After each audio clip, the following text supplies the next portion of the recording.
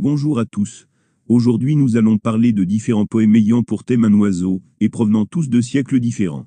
Les poèmes sont Le Rossignol écrit par Marie de France au XIIe siècle, Le Corbeau et le Renard paru dans le livre 1 des Fables de La Fontaine qui a été édité pour la première fois en 1668, L'Albatros paru dans la deuxième édition, 1861, du recueil Les Fleurs du Mal de Charles Baudelaire, page d'écriture, qui est un poème de Jacques Prévert paru dans le recueil Paroles en 1946. Et Gallinacé courroucé de Françoise Bob paru dans Cocotte et Coq Coquet publié en 2002.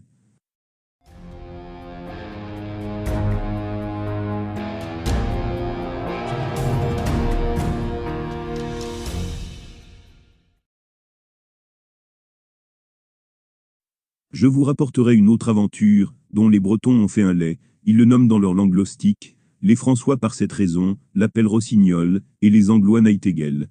À Saint-Malo, ville renommée dans la Bretagne, résidoient deux chevaliers fort riches et très estimés.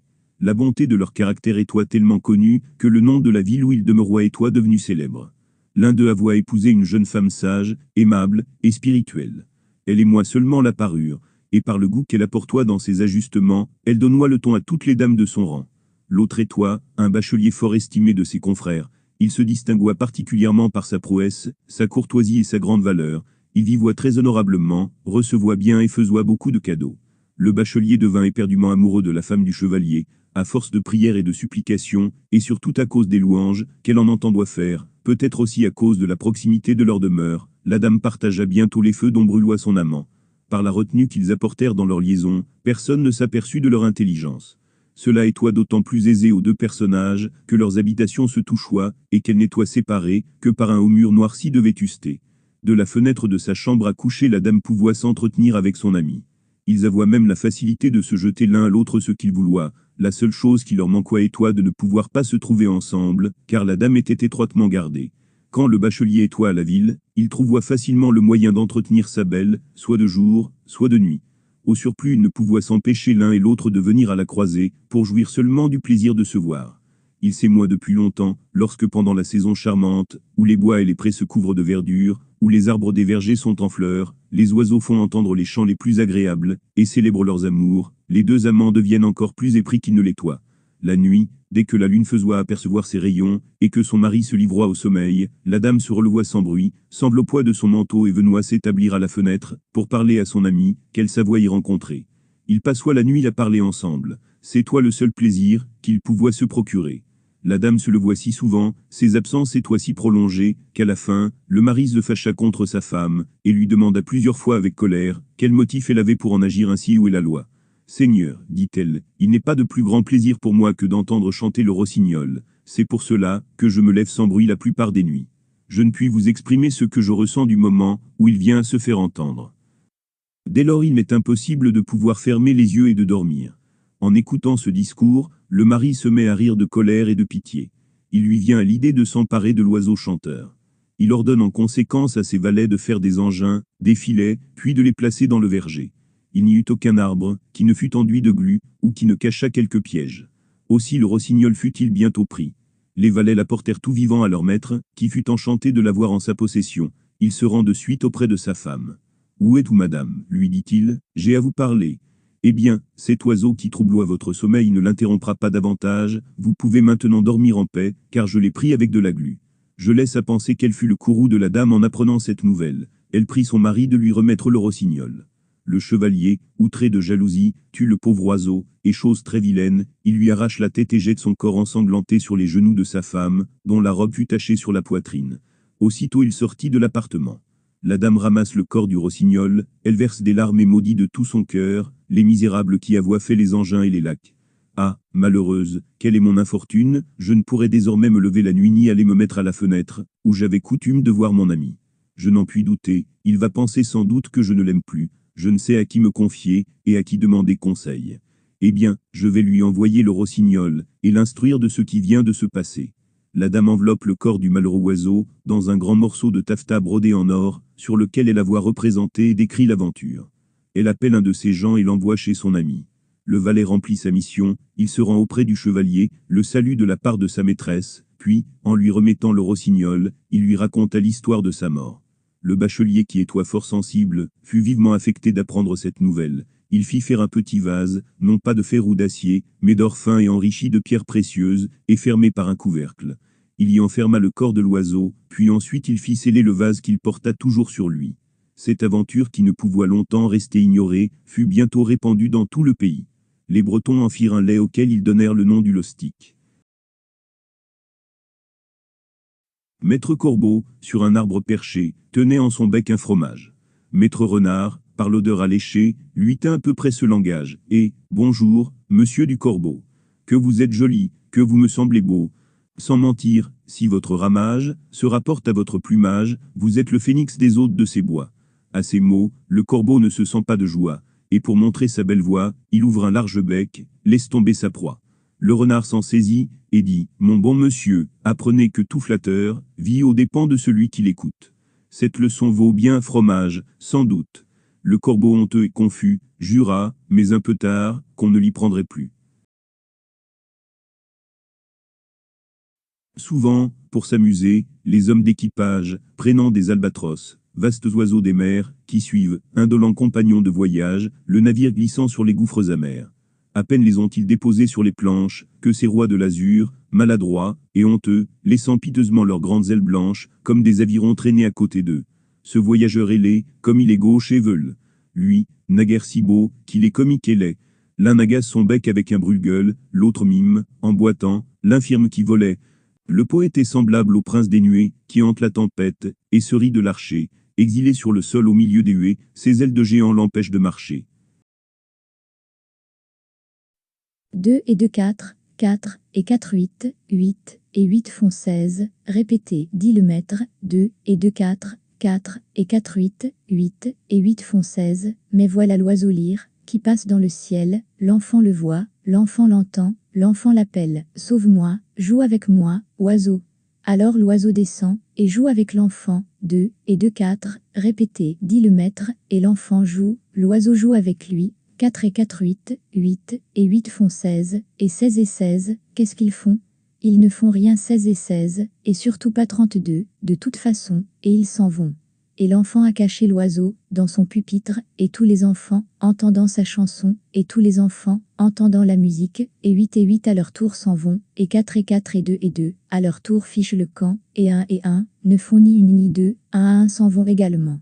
Et l'oiseau lyre joue, et l'enfant chante, et le professeur crie, quand vous aurez fini de faire le pitre. Mais tous les autres enfants, écoutant la musique, et les murs de la classe, s'écroulent tranquillement. Et les vitres redeviennent sable, l'encre redevient eau, les pupitres redeviennent arbres, la craie redevient falaise, le porte-plume redevient oiseau. Les gallinacés en ont assez, de trépasser en fricassé. Poule au pot, poule au riz, donnant des mots, et carie, chant poule et poulet, qui sauvent leur peau, car le fermier a annoncé, désormais pour le dîner, plus de poulet, des œufs pochés. Des oiseaux qui s'expriment. Les oiseaux sont capables d'émettre des sons que dans 4 des 5 poèmes. Le rossignol, le corbeau et le renard, page d'écriture et gallinacé courroucé. Le rossignol chante bien que nous ne l'entendons jamais chanter. La femme ne peut pas dire à son mari qu'elle se lève, afin de voir son amant. À la place, elle dit qu'elle se lève, pour assister au chant du rossignol. Nous n'entendons jamais le corbeau parler. Des paroles sont seulement attribuées au renard. Cependant le corbeau peut chanter, puisque c'est ce qu'il s'apprêtait à faire avant de faire tomber son fromage. Le corbeau a également la capacité de comprendre le langage du renard, puisqu'il est flatté des dires du renard, et qu'il s'apprête à chanter après l'invitation du renard. C'est la parole du renard qui provoque l'erreur de l'oiseau. Dans page d'écriture, il est écrit que l'oiseau lyre chante, et fait de la musique. Le dernier poème dans lequel les oiseaux ont accès à la parole est gallinacé courroucé. Dans 4 vers, les poules et les poulets se plaignent de finir en plat. Afin que les humains ne le fassent plus, ils essaient de les dissuader en disant que ces plats donnent des mots et des caries. Les gallinacés ont l'air de pouvoir parler au fermier, et semblent se faire comprendre, puisque le fermier mangera des œufs. Hommes, poules et poulets peuvent parler, et se comprendre entre eux. Dans 4 des 5 poèmes, le lien homme-animal est évoqué. Les oiseaux représentent l'innocence. Dans aucun de ces 5 poèmes, un oiseau fait du mal à autrui. C'est l'homme qui brutalise la plupart du temps les oiseaux. Dans le cas du rossignol, le chevalier fait mettre de la glu sur les arbres du verger, afin d'attraper l'oiseau. Une fois capturé, le chevalier le tue, et lui arrache la tête. Cette réaction est due à la jalousie que le mari ressent envers sa femme. L'oiseau est doublement victime, déjà, car il est tué et ensuite, car il n'y est pour rien, dans l'éveil nocturne de la femme. Dans l'Albatros, l'oiseau est capturé par des marins. Le traitement infligé est peu enviable. L'oiseau est traité de gauche, de veule, de comique et de laid. Un marin lui met un brûle-gueule, c'est-à-dire une pipe dans le bec et un autre se moque de lui en imitant sa démarche. L'oiseau est une victime, puisqu'il est soumis à la barbarie des hommes, et qu'il ne peut pas se défendre une fois qu'il est sur un terrain. Les marins n'ont pas conscience du mal qu'ils font, ils le font pour s'amuser. Dans Page d'écriture, l'oiseau lyre attire d'abord l'attention d'un enfant. Si l'enfant regardait par la fenêtre, c'est car il est dissipé. Les mots sauve-moi démontrent que l'enfant n'est pas fait pour apprendre par cœur des tables d'addition grâce à la répétition. L'enfant demande à l'oiseau de jouer avec lui, et c'est que fait l'oiseau. Les autres enfants sont ensuite attirés par le chant de l'oiseau. L'ensemble de la classe ne répète plus les tables, mais ne s'intéresse qu'à l'oiseau. Il y a une relation d'égal à égal entre les enfants et l'oiseau. L'enfant est plus proche de l'oiseau que du maître, alors qu'ils sont de la même espèce. Seul le maître reste insensible à l'oiseau. Il demande en criant d'arrêter de faire le pitre. L'oiseau n'est visible que des enfants, et non des adultes. Dans Gallinacés courroucés, le rapport homme-volaille est difficile, puisque les hommes tuent les gallinacés, afin de faire divers plats. 3 recettes sont citées, le fricassé, la poule au pot et la poule au riz. Même si le combat semble gagné, puisque le fermier ne veut plus tuer ses animaux pour le dîner, le fait qu'il mangera des œufs pochés est un mauvais présage. Parmi les 5 poèmes, les gallinacés sont les seuls oiseaux qui ne soient pas libres. Ils doivent être dans une basse-cour et appartiennent aux fermiers. Contrairement à eux, le rossignol et le corbeau appartiennent à la nature et l'albatros au monde de l'océan. L'oiseau lyre n'appartient à personne, puisqu'il n'est que le fruit de l'imagination. Le seul poème qui met en évidence le lien animal-animal est le corbeau et le renard. La relation est déséquilibrée. Tout d'abord, c'est le corbeau qui est avantagé, puisqu'il a le fromage, et que le renard, qui ne l'a pas encore, a faim. La situation tourne ensuite à l'avantage du renard, puisqu'il récupère le fromage. Le partage n'est pas évoqué. Alors qu'au début de la fable, le corbeau et le renard étaient tous les deux appelés maîtres, le corbeau est appelé mon bon monsieur par le renard à la fin du poème. C'est tout de même le seul des 5 poèmes où il y a une politesse envers un oiseau. Le renard le vouvoie, met une majuscule à son nom, et il utilise 2 fois le mot monsieur pour la désigner, même si le second monsieur est condescendant. Certains oiseaux possèdent des défauts. Le corbeau est trop sensible aux flatteries. Le renard souligne la beauté de l'oiseau, avec les mots jolis et beaux. Quand il compare le ramage au plumage, il sous-entend que le plumage est magnifique. Il fait ensuite un 4e compliment qui est que si le chant de l'oiseau est égal à son plumage, alors il est le phénix des hôtes de ses bois. En 4 vers, le renard a réussi à placer 4 compliments. Cela est trop. De plus, les qualités citées sont excessives. Le renard compare le corbeau à un phénix, c'est-à-dire à un oiseau imaginaire. Le plumage du corbeau est noir, ce qui n'est pas excessivement joli. Le chant du corbeau n'est pas non plus beau puisqu'il croasse. Le renard fait croire au corbeau qu'il dit réellement ce qu'il pense, et le corbeau le croit. Après les paroles du renard, il est écrit que le corbeau ne se sent pas de joie. Le corbeau est heureux qu'on lui fasse ses compliments. S'il arrive à croire sur parole, les dires du renard qui sont pourtant excessifs, c'est qu'il a à la base une haute opinion de lui-même. Les défauts de l'oiseau sont une trop grande crédulité et la vanité. L'albatros est truffé de défauts. Sur le bateau, il est maladroit et honteux. Au lieu de replier ses ailes, il les laisse traîner sur le sol. Le poète dit qu'il est gauche et veule, comique, et laid. Il devient très vulnérable parmi les hommes qui font de lui ce qu'ils veulent, et se moquent de lui. Il boite, car il ne peut pas marcher normalement à cause de ses grandes ailes. Le poème ne montre l'oiseau que lorsqu'il est à terre. Les moments où il est dans le ciel ne sont qu'évoqués. Les oiseaux possèdent des qualités. Dans le rossignol, la femme se dit séduite par le chant de l'oiseau. À son mari, elle dit que ce chant la fait lever de son lit et l'empêche de dormir. Le chant du rossignol est connu comme étant particulièrement agréable. Le corbeau est montré comme vaniteux et crédule, cependant il possède aussi des qualités. L'oiseau sait aussi tirer des leçons de ses erreurs, puisqu'il est dit à la fin du poème qu'on ne l'y prendrait plus. Si le corbeau a réussi à voler un fromage, c'est bien, car il est un peu malin. Si l'albatros a bien des défauts sur la terre, il est spectaculaire dans l'air. Baudelaire parle de vastes oiseaux de mer. Le poète fait sûrement référence à la distance qui existe entre les 2 extrémités de ses ailes. Certaines espèces peuvent avoir une envergure de 3,4 mètres.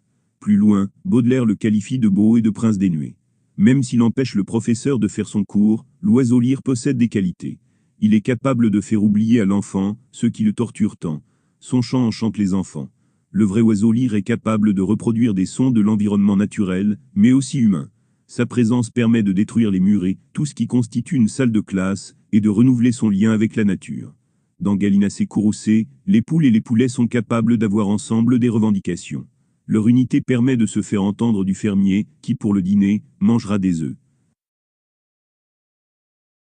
Des oiseaux ont un lien avec la création ou la destruction du beau. Dans le Rossignol, la mort de l'oiseau met fin à quelque chose de beau. Car la femme n'a plus d'excuses pour être présente à la fenêtre la nuit, elle met fin à ses escapades nocturnes. La relation est brisée. Puisqu'elle ne peut plus parler avec le bachelier, elle lui envoie l'oiseau, afin qu'ils comprennent qu'ils ne pourront plus se voir. Dans Page d'écriture, au contraire, l'oiseau crée quelque chose de beau.